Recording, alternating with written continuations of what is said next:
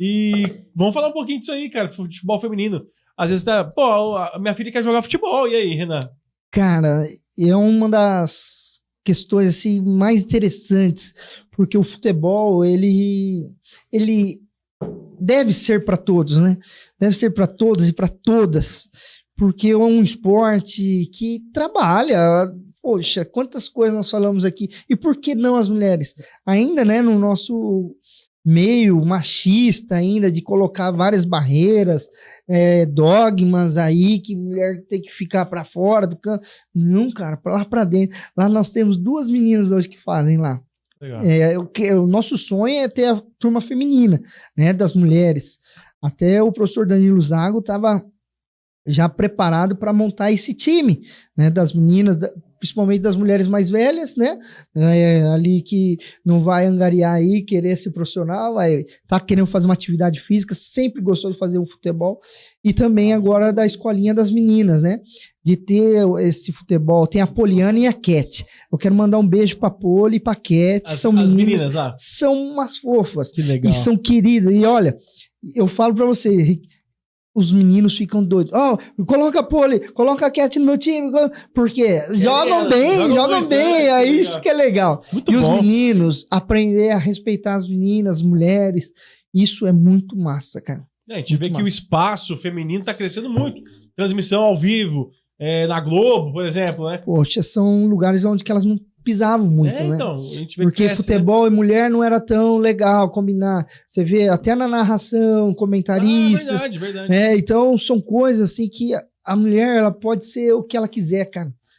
A força que elas têm, o jeito que elas tratam as coisas, é muito legal. Eu tive uma experiência bacana, o futevôlei, lá em Epitácio, eu tenho a escolinha lá, e eu acompanhei o desenvolvimento o professor estava começando a dar aula lá de futevôlei masculino e feminino. Aí eu fiquei lá um dia assistindo a aula do futevôlei, né, tava o masculino, depois acabou o feminino, depois começou o feminino. Cara, o feminino, o professor ali, pum, direita, esquerda, as meninas pulava, saltava, direita, esquerda, cabeceio, dar de ombro e tal, aquela coisa. Todas fazendo certinho. Eu parei, eu falei, é isso mesmo que eu vi? Elas foram de direita, esquerda, tal, treinando. Ele Falei, mano, você viu a aula dos homens? Não joga na minha esquerda, não. É chato demais, entendeu? E as mulheres, tudo que pedia, fazia, e a terra caindo, a areia caindo no olho e tal, cabeça. Você vê como que é. Ele falou, Renan, é desse jeito, cara. Eu tenho muito problema para dar aula para os homens, porque eles querem fazer tudo que eles querem e tal. As mulheres, você passa o exercício, elas fazem. Olha, cara. Tranquilo, direita, esquerda. E no futebol a mesma coisa. As meninas lá joga, tal. Os meninos já querem competir, já tem aquela. Todas têm as suas definições, né? Mas é muito legal o futebol feminino crescer no esporte, né? Ali com as meninas é muito bom mesmo. É igual você falou, o futebol ali que vocês ensinam o início, né? Mas tem muita gente que às vezes começa no futebol e vai pro beach, vai pro tênis, vai pra natação, né? Pode começar ali, mas aí abre portas para outros esportes. Uma das coisas assim que nós aprendemos e depois na faculdade, depois você vai buscar isso aí, você vê uma grande realidade. É assim, você vê, porque esses países, né, como Estados Unidos, China, tem um desenvolvimento, tem uma desenvoltura nas Olimpíadas que transcende todos os outros países. Aí vai entrar lá na área do Juliano, do professor Juliano, que eu fiz estágio. Juliano? Quando eu fiz estágio lá no Municipal, o Ju ajudou demais. E foi uma área que eu não queria fazer, você acredita? Eu era do futebol, queria o estágio no futebol. Me colocaram no atletismo, cara. E eu falei, cara, o que eu vou fazer no atletismo? Não sei nada. Cara, o atletismo era a base de todo o esporte nos Estados Unidos. Então, todas as crianças tinham que passar pelos Estados Unidos. Ou nos Estados Unidos tinha que passar pelo atletismo. Nisso, o que acaba acontecendo? O atletismo é um dos esportes mais coordenados que tem a corrida. Não é só levantar e sair correndo. É movimento e tal. E naquilo, cara, a criança era capacitada a fazer todos aqueles gestos motores e tudo que ela fosse fazer, ela estava coordenada para fazer. Depois que ela tem uma certa idade, ela consegue, eu tenho mais afinidade com isso, com aquilo. todas tinham coordenação, gestos motor. Então, eu tento aplicar isso para a minha realidade. Hoje, se é o futebol, primeira coisa que eu quero colocar e inserir na vida de uma criança é o prazer pelo esporte. Né? O futebol ele tem que ser gostoso, tem que ser prazeroso. Porque às vezes já passa maçante muito tempo na escola ali, às vezes toma umas broncas, tal. Chega lá, a criança vai se divertir. Ela tem que se divertir, a diversão tem que fazer parte da vida da criança. Né? Depois os gestos, né, de coordenação motora, lateralidade, e isso é de suma importância, porque também há estudo comprovado que uma criança que tem uma boa coordenação, um aspecto de lateralidade bem resolvido, né, de senso de direção de espaço, ela tem uma acepção melhor para a inteligência, né, que for de matéria, tudo que for inserida na vida dela. Então, cara, você vai ver que preparar as crianças para a vida, seja se ela quiser fazer futebol, capoeira, basquete, vôlei, ali foi cumprido o nosso objetivo. Então, para nós ali, o primeiro aspecto é tornar uma criança ativa. Ativa, exatamente. Depois, o adulto vai só acompanhar.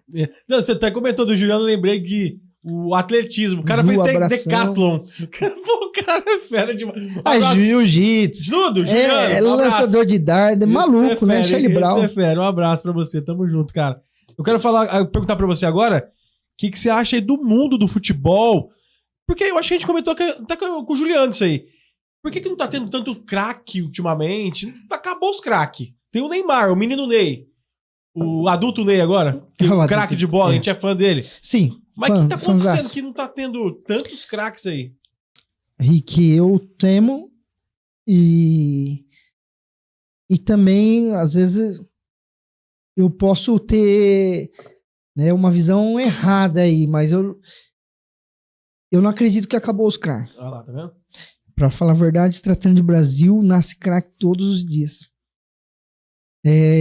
Talvez a forma de como estamos trabalhando os nossos craques, talvez seja a grande diferença. Parte de empresários, Empresário. Tem uma máfia ali no futebol? Tem um negocinho assim? Tem. A parte do empresário, ela se associa muito a lucro, assim como o clube também visa lucro e a imprensa também entra. Então, eu acho que entra num tripé aí que tem matado os nossos craques. Exatamente. Porque hoje os nossos craques, eles são mais valorizados pela projeção deles do que o rendimento deles.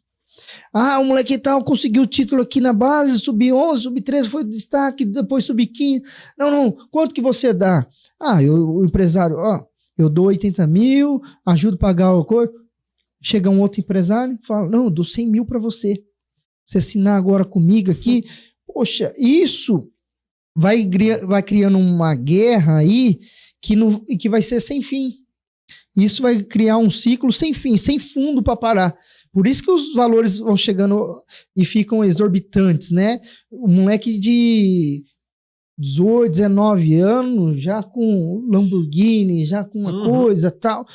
E isso atrapalha um pouco. Não estou falando que ele não mereça, não estou falando que ele não jogue, mas eu estou falando que isso pode atrapalhar no desenvolvimento dele. E isso, o que acaba acontecendo? No geral, vira uma coisa que os meninos buscam isso, mais do que o trabalhar. Eu vejo isso, cara. Isso. O trabalhar, o conquistar, e se eu não conquistei, eu já tenho que desistir. Entendeu? A gente vê que o cara quer ser jogador pra ter a Lamborghini, pra ser milionário, pra ter mulherada, pra não sei o quê. Pra ter o mundo ali em pé, atrativo, seguidores. Exatamente. Fala, Prats. Ô, Renan, existe algum estudo hoje, porque todo mundo vê jogador de futebol, vê com grandes salários, valor exorbitante aí, que a gente tem que trabalhar às vezes um ano para ganhar o que o cara ganha num mês. Um ano? Né? Vida inteira. O que acontece? Existe algum estudo de porcentagem de quantos ganham acima de tantos mil? A maioria dos jogadores hoje recebe esse valor alto sim ou não? Cara, essa é uma boa pergunta, porque isso que nós passamos para os pais sempre. O sonho da criança, ela tem que ser estimulada. Essa é uma boa pergunta? Boa pergunta. Opa! É o Jedi, filho. O cara manja. Ele vai crucial. Ele vai não... E isso nós explicamos bastante para os pais, né? Principalmente, às vezes, os meninos têm um bom destaque, já começa a criar uma expectativa, e isso acontece. Que não é bem assim, né? O futebol, às vezes, ele acaba sendo muito ingrato. Eu não vou ter a porcentagem exata para poder colocar aqui, mas há estudos, sim, que garante, no Brasil, principalmente, que a maioria, vamos colocar, de todos os atletas que chegaram ao profissionalismo, a maioria não ganha mais que R$800. Olha, 800 conto. Né? A maioria. Que vivem aí um salário abaixo de R$800 por temporada, pulando para lá e para cá. Os que vivem com... Não, às vezes é um campeonato. É um campeonato Copa do Brasil ali, 3 meses, às vezes tal, e vai pulando. E não tem nem expectativa do que vai acertar. Às vezes faz o contrato de um campeonato, faz contrato do outro. A maioria dos profissionais são assim hoje. Hoje que vivem aí de 40 mil por mês até os milhões que nós conhecemos aí, tá em torno aí de zero, eu lembro lá, é 0,00003. Meu Deus, é pouquíssimo. Então, assim, se você for ver, é um número muito difícil, né, de você jogar para nossa realidade.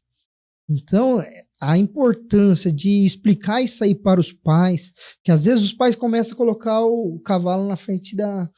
Não, o cavalo tem que ficar na frente da carroça, né? A carroça que tem que ficar atrás, né? Vou investir 100% na carreira. Muita expectativa.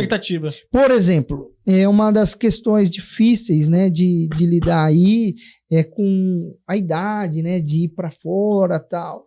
E tem questões que pedem para ir. Tem outras que não. Que é difícil para colocar na criança, né, essa responsabilidade, e ao mesmo tempo os pais que, cara, é muito difícil, que eu vou falar para vocês, e eu falo isso aí abertamente também, porque às vezes a criança está jogando um churrasco de amigos lá, e tem criança lá de 8, 6, 9, aí tem um menino de 12 anos, aí o menino começa a pintar todo mundo ali, pá, na gaveta, e tá na gaveta, e tá na gaveta, aí os caras, mano, seu filho é craque, meu, é craque e tal, bota na escolinha. Aí chega às vezes na escolinha, fala, não, meu filho é craque e tal. E aí você, coloca na idade dele. Coloca lá, vai fazer os fundamentos. Tudo tipo. Poxa, cara, meu filho é craque aqui, ó, aqui não tá ensinando direito não, meu filho não tá conseguindo chutar. Mas, cara, calma, ele entrou agora 1 mês. Não, mas tem que ver lá no churrasco que ele foi lá, jogou. Entendeu? Então coloca às vezes uma expectativa pelo que os outros falam, mas, cara, é muito difícil assim essa questão dessa separação do sonho e dessa preparação das crianças com o sonho e com a realidade, sabe? De encarar, porque vai ter luta mesmo. Futebol, cara, eu olho pro meu filho assim e falo, cara, tem incentivo ali. Vai estudar. Você quer fazer outra coisa? Não. É mesmo? Não, tipo, não mas tem como. Eu compro os materiais da escolinha, cai lá pra dentro. Aí de casa. Então o moleque viveu de futebol. Só que assim, eu vou fazer o que eu faço para todas as crianças. Oportunizar ele. Você quer ser? Eu só quero ser pai dele. Ali na escolinha eu sou pai dele. Não quero ser um cara assim que... Não vai ter benefício, não, porque ele vai ter que ser tudo ali dentro do campo. Tem uma frase, até o Robertão, pai do Betinho, vai lembrar. Um amigo nosso do Desportivo Brasil, ele falou que o campo não mente. Uma das coisas que ficou gravada no nosso coração. O campo não mente. Então, tudo que ele tem que conquistar ali, o clube que vai vir olhar, observar, quer levar ele para fazer teste, vai ter que ser ali dentro. O campo não mente. Não adianta eu como pai, falar, não, leva meu filho aí e tal. Não, eu não quero. Eu quero que tudo que ele tenha seja conquista dele. Né? E nisso, cara, e quando eu olho, eu falo, filho, eu morei debaixo de arquibancada, cara, que você via os fios tudo passando de alta voltagem, dos refletores, aí via rato em cima dos batentes, e sei lá no colchão. Isso aí aconteceu. Comia só carne moída Agora eu tô começando a comer de novo carne moída, mas tanto que eu comi no clube carne moída e arroz, e eu lutando para ser profissional, entendeu? Isso aí é com 17, 18 anos. Então você quer isso aí pro seu filho? Não é? Então eu passei, cara, quantas noites chorando de distância do meu pai e da minha mãe. Então você tem que preparar e não querer romantizar o futebol como uma coisa fácil. Aí só vê Instagram e flash, mas não vê corre. E o corre é grande, o corre é difícil, cara. Então, dentro dessa pergunta, Prates, tem muita história aí, cara, que ficou marcada na vida de muitas pessoas. Por isso que você olha jogador de futebol, o cara lá tem 22 anos, mas você dá uns 38, 40 anos, já acabar, né? Aí você vê o cara dando entrevista, uma maturidade. Eu lembro até hoje, o Paulinho do Corinthians, ele se eu não me engano, ele é 8'8", cara. Você olha o Paulinho, pá, ele é um ano mais novo que eu. Você olha o cara, postura e fala, cara, será que eu sou moleque tanto assim? É que eu acho que o cara é mais maduro, né? O Renato Augusto também. O Renato Augusto é 8'7", Messi 8'7". Então, assim, são vivências que os caras sofrem, cara. E tem que você olha, aí o bebezinho nasceu, aí daqui a pouco cresce, você fala, será que eu quero isso pro meu filho? Mas se ele querer, cara, eu sou pai. Eu vou estar junto, entendeu? E eu quero estar aí na minha posição de pai. Então, o que é pai? A parte de... Isso que é muito interessante. A parte de campo tem que ser dos professores, cara. Ali, o que eu vou argumentar? Às vezes, se ele for para um clube, qual é a escola que ele vai estar indo? Onde que ele vai estar dormindo?